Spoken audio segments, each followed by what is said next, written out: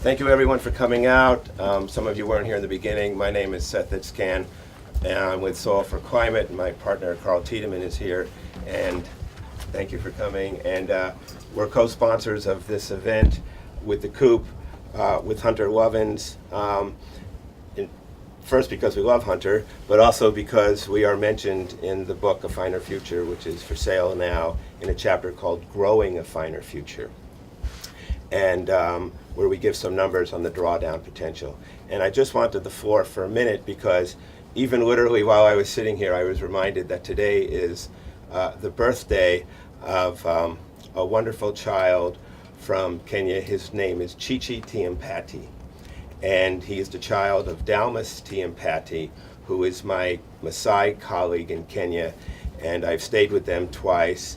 And Dalmas says that Chichi is my nephew, and I do feel like an uncle to Chichi.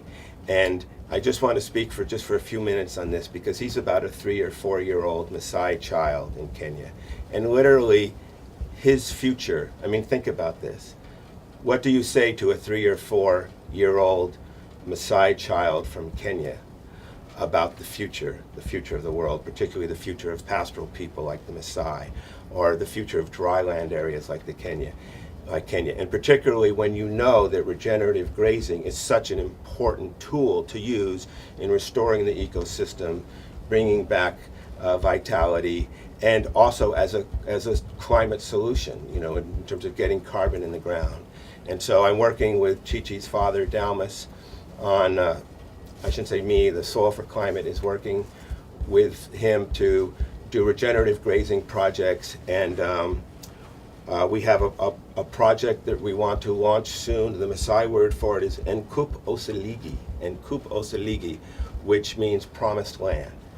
And the vision of the project is 50,000 hectares, or about 150,000 acres, of Maasai communal land in central Kenya to do holistic planned grazing, to get in some boreholes, to cooperate with the University of Nairobi to do soil samples to verify that yes, the land is getting better. This is open, transparent, scientifically verifiable, that we are improving the land with planned grazing, and we're improving the lives of these people. And so we want to launch that project soon. But also that brings up the question of the economics of this, and is there going to be carbon markets? Do we pay people for ecological services? Even if no one is buying the meat, or even if the meat itself isn't enough of an economic engine, are they being paid for an ecological service, or even the mitigation of an environmental damage? How much money are we spending on crop insurance failures and all the disaster, you know, relief? Could that money go toward people who are doing ecological services? So that's a huge conversation, and that's why you know, Hunter is representing the economic side of that. And then in terms of the actual numbers, so let's just say 1 ton of carbon per acre per year is sort of a safe, a baseline unit to start with in terms of what's possible with regenerative grazing. And then we've got about 10 billion acres of grassland. That's a conservative number. Actually, if you Wikipedia it today, they'll say it's much more than that. So those are actually conservative numbers. Anyway, that gives you 10 billion tons per year, or 10 gigatons per year as a conservative number for drawdown.